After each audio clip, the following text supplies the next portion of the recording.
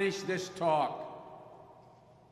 But the complications of COVID-19, like lung scarring and heart damage, could become the next deniable pre-existing condition for over 6 million Americans who've already contracted the disease. Millions of Americans are also voting because they don't want nearly half a century of legal precedent to be overturned and lose the right to choose. Millions of Americans who are at risk of losing their right to vote. Millions of dreamers who are at risk of being expelled from the only country they have ever known. Millions of workers, union workers, who are at risk of losing their right to collectively bargain. Millions of Americans who are demanding that their voices be heard, that equal justice be a guarantee for all, not just some. They know, we all know what should happen now. The voters of this country should be heard. As I said, voting has already begun. By the time we get to the middle of October, there will be millions and millions and millions who have already voted. In just a few weeks, all votes of this nation will be heard.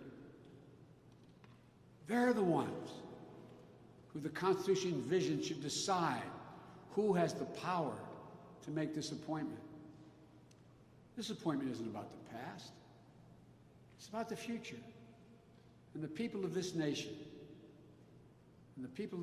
are choosing their future right now as they vote. To jam this nomination through the Senate is just an exercise in raw political power. And I don't believe the people of this nation will stand for it. President Trump has already made it clear this is about power, pure and simple power. Whether the voters should make it clear on this issue, as so many others, the power in this nation resides with them, the American people, the voters. And even if President Trump wants to put forward a name now, the Senate should not act until after the American people select their next president, their next Congress, their next Senate. If Donald Trump wins the election, then the Senate should move on his selection and weigh the nominee he chooses fairly.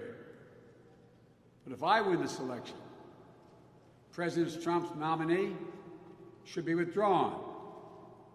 And as a new president, I should be the one who nominates Justice Ginsburg's successor. A nominee who should get a fair hearing in the Senate before a confirmation hearing. Before a confirmation vote, I should say, after a confirmation hearing. We're in the middle of a pandemic. Like I said, as I speak, we're probably passing 200,000 deaths lost to this virus. Tens of millions of Americans are unemployed. Healthcare in this country hangs in the balance before the court.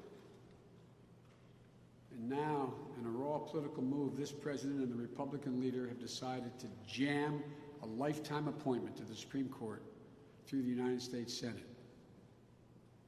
That's the last thing we need at this moment. As I said, voters have already begun casting their votes in the millions. And in just a few weeks, we're going to know who the voters of this nation have chosen as their next president. The United States Constitution was designed to give voters one chance to have their voice heard, and who serves on the court. And by the way, there's no court session between now and the end of this election. That moment is now for the voters to get a chance to be heard. And their voice should be heard. And I believe voters are going to make it clear they'll not stand for this abuse of power, this constitutional abuse. There's no discussion about what happens if the Senate confirms on the eve of election or in a lame duck after Donald Trump loses. A successor to Justice Ginsburg, what happens? But that discussion assumes that we lose this effort to prevent the grave wrong that Trump and McConnell are pursuing here. I'm not going to assume failure at this point. I believe the voices of the American people should be heard and will be heard. This vote, this fight, this nomination will not be over until the Senate votes, if it does vote. Winning that vote, if it happens, is everything. Action and reaction, anger and more anger, sorrow and frustration at the way things are in this country now politically. That's the cycle that Republican senators will continue to perpetuate if they go down this dangerous path that they put us on. We need to de-escalate, not escalate. So I appeal to those few Senate Republicans, the handful who really will decide what happens. Please follow your conscience. Don't vote to confirm anyone nominated under the circumstances President Trump and Senator McConnell have created. Don't go there. Uphold your constitutional duty, your conscience. Let the people speak. Cool the flames that have been engulfing our country. We can't keep rewriting history, scrambling norms, ignoring our cherished system of checks and balances. That includes this whole business of releasing a list of potential nominees that I would put forward. But now saying, after Ruth Bader Ginsburg passed away, they said Biden should release his list. It's no wonder the Trump campaign asked that I release the list only after she passed away. It's a game for them. It's a play to gin up emotions and anger. There's a reason why no presidential candidate other than Donald Trump has ever done such a thing. First, putting a judge's name on a list like that could influence that person's decision-making as a judge, and that would be wrong, or at least create the perception that it would influence. Second, anyone put on a list like that under these circumstances will be subject to unrelenting political attacks, because any nominee I would select would not get a hearing until 2021 at the earliest. She would endure those attacks for months on end without being able to defend herself. And thirdly and finally, perhaps most importantly, if I win, I'll make my choice for the Supreme Court not based on a partisan election campaign, but on what prior presidents have done, Republicans and Democrats, and I've served with many of them. Only after consulting Democrats and Republicans in the United States Senate and seeking their advice and asking for their consent. It says advise and consent the Senate. The president is the person who gets to name someone, propose. The Senate disposes. As everyone knows, I made it clear that my first choice for the Supreme Court will make history as the first African-American woman justice. But I'll consult with senators in both parties about that pick, as well as the legal and civil leaders in our country. In the end, the choice will be mine and mine alone, but I will consult. It will be the product of a process that restores our finest traditions, not the extension of one that's torn this country apart the last years. So let me conclude with this. As I've said in this campaign, we're in the battle for the soul of this country. We face historic crises, once-in-a-generation pandemic, a devastating economic recession, the rise of white supremacy that the FBI directors warned us against, unseen since the 60s, and a reckoning on race that's long overdue, a challenging climate, a changing climate that is ravaging our nation and the world as we speak. The Supreme Court decisions will touch every part of these crises, every part of our lives and our future. The last thing we need is to add a constitutional crisis that plunges us deeper into the abyss, deeper into the darkness.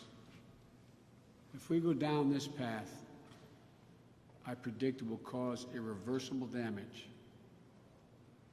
The infection this president has unleashed on our democracy can be fatal. Enough. Enough. Enough. We must come together as a nation. Democrats, Republicans, independents, liberals, conservatives, everybody. I'm not saying we have to agree on everything, but we have to reason our way through what ails us as citizens, voters, public servants. That's the guidebook called the Constitution. We have to act in good faith and mutual goodwill in the spirit of conciliation, not confrontation. This nation will continue to be inspired by Ruth Bader Ginsburg, but we should not only be inspired by her, we should be guided by her. And by her willingness to listen to those with whom she disagreed, to respect other points of view. Famously, Justice Ginsburg got along well with some of the most conservative justices on the court. And she did it without compromising her principles, clouding her moral clarity, or losing her core principles.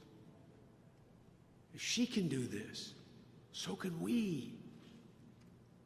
How we talk to one another matters. How we treat one another matters. Respecting others matters. Justice Ginsburg proved it's important to have a spine of steel, but also important to have an open hand, not a clenched fist, to those with whom we disagree. This nation needs to come together. I've said it many times in this election. We are the United States of America. There's nothing we cannot overcome. There's nothing we cannot do if we do it together. Donald Trump seems to want us to divide this nation between red states and blue states, between representing those states that vote for him, ignoring those who don't. I do not. I cannot. I will not be that president. I'll be a president for the whole country, for those who vote for me and those who vote against me. We need to rise to this moment for the sake of the country we love so dearly, indeed for its very soul. May God bless the United States of America. May God protect our troops. And may God bless Ruth Bader Ginsburg. Thank you so much.